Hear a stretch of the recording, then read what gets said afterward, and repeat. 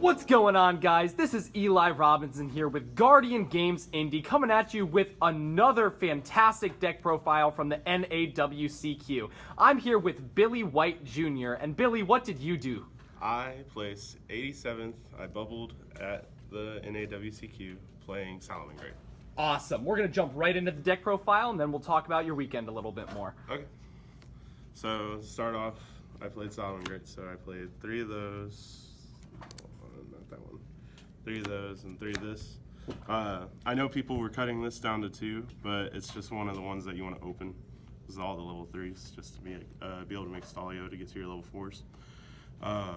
And then the level 4s, I played Jack Jaguar, Falco, and Foul. I wasn't playing Foul initially, but everybody convinced me to because I don't know anything about this deck. But the amount of times where I had Foul on field that I summoned off Mirage Stalio and a Falco Engrave to bounce it, summon, and then summon for 3,000 damage is it was pretty crucial, so I'm happy I played those. And then Jack Jaguar is like broken. For sure. How many times did you make the first turn Dweller play? Almost every game. There was probably like 2 games where I didn't. I made it once against Striker. It was really awkward. Yeah, a little bit.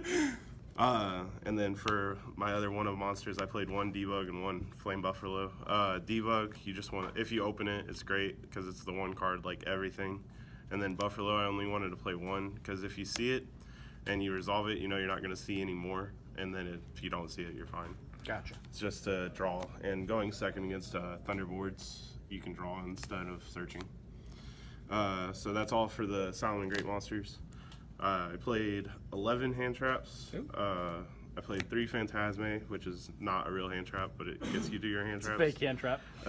3 Ash, 3 Veiler, and 2 Bell. These are standard. Most people were playing Impermanence or Crow in the main. I decided to play Bell. The reason for Bell was for Thunder, mainly just so that I could keep them off of Colossus. Gotcha. Dealing with Colossus is pretty hard if you play a bunch of search cards like I do. Did you consider playing Lancey in the main at all? I joked about it, but it would have been really bad. Gotcha. Because mainly if you go first and you make Dweller against those decks, you're doing pretty much the same thing. Mm-hmm. And then for the spell, so that was all the monsters. I have no idea how many monsters it is.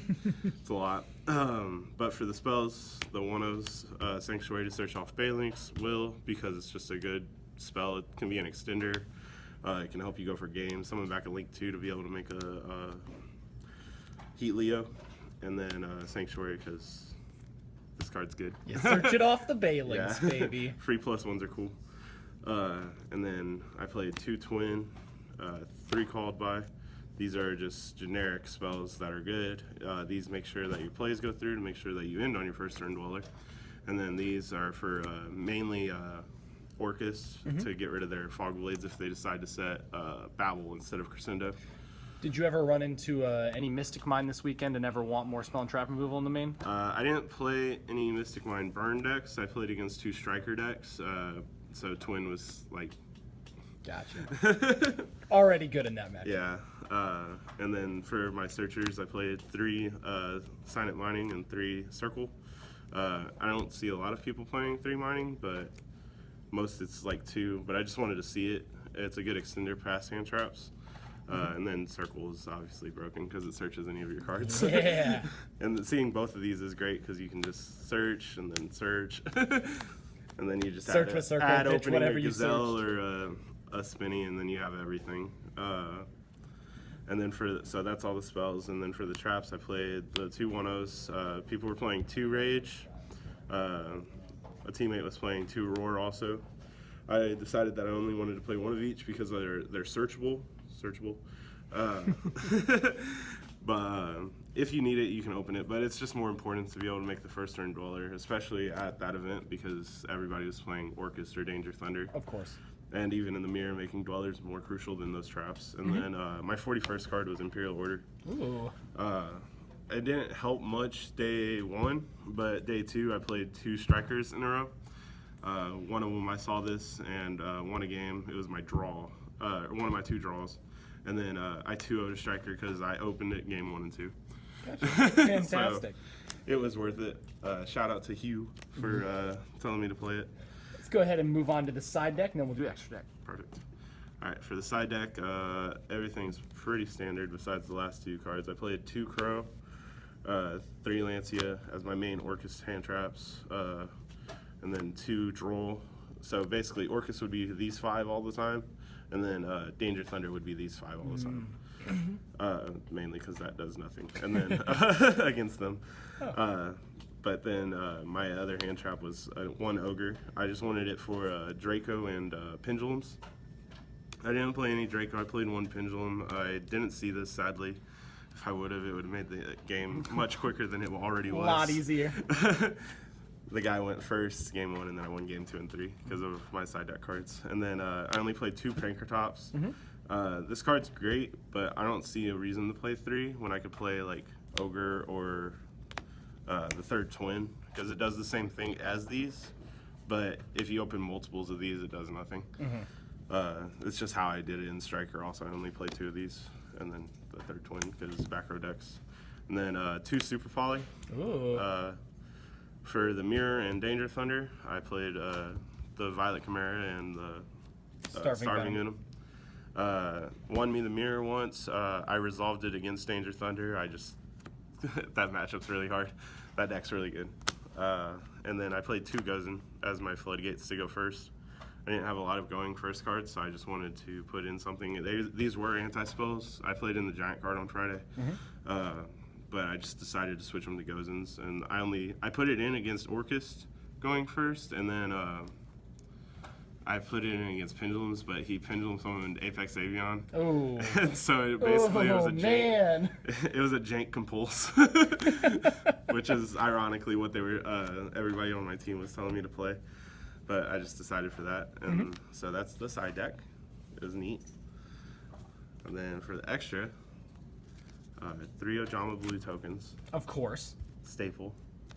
But no, so 3 Balinks. Ironically enough, when I was building this deck initially, my first build, I only had 2 because I didn't know how to build the deck. I was like, well, I'll just put it back. But then I realized it being in graveyard is You probably like don't want to put that guy back. Yeah, it's pretty important for it to be in the graveyard because there's so many times where I just didn't die because I had it in the grave. And then Triple Sunlight Wolf. This card's broken. It's a better Kagari. It adds back 2 things instead of just 1. Even though Kagari adds back 3+1, it gets you 2 cards by itself. And then my Digivolving Heatleo. This card was great. Every time I made it, I won. Wow. Just spinning back to back row and then like killing them. Summoning Jack under it if they had like a defense monster.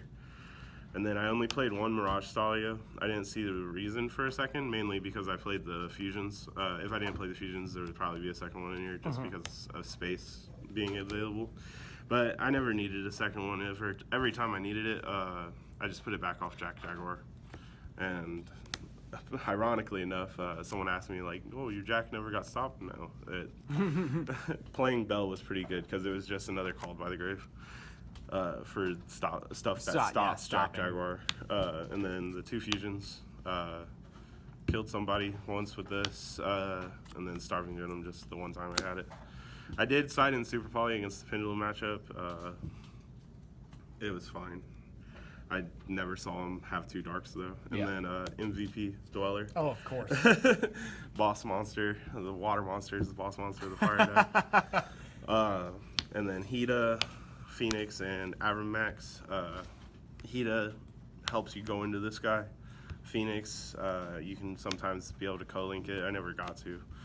But yeah, that's all that stuff. So why don't you tell us about your weekend a little bit? What were some matchups that you excelled in? What were some matchups that you struggled with? I have a list. So I played 3 Orcus total. I beat them all. Mainly because I had this theory, if I could win game 1, I'd be able to win game 3 no matter what, just be able to resolve Dweller. And they were all 2-1, ironically. I played against a Mech Invoked. All right. Round 3. It was weird. He was 2-0. Shout out to him. He was nice. I only played 1 Danger Thunder, which was lucky, I guess, because hard matchup. David beat like 5 Thunders, or 7 Salamangreats. 7. With his Thunder deck. So I lucked out, and then I played against the Pendulum. I 2-1'd him because he got to go first and make the broken board. And then I played 4 mirrors. I beat 2 of them, drew with 1, lost 1, and the one I lost to was the last round that bubbled me. If I would have won that round, I would have made top 64. Gotcha.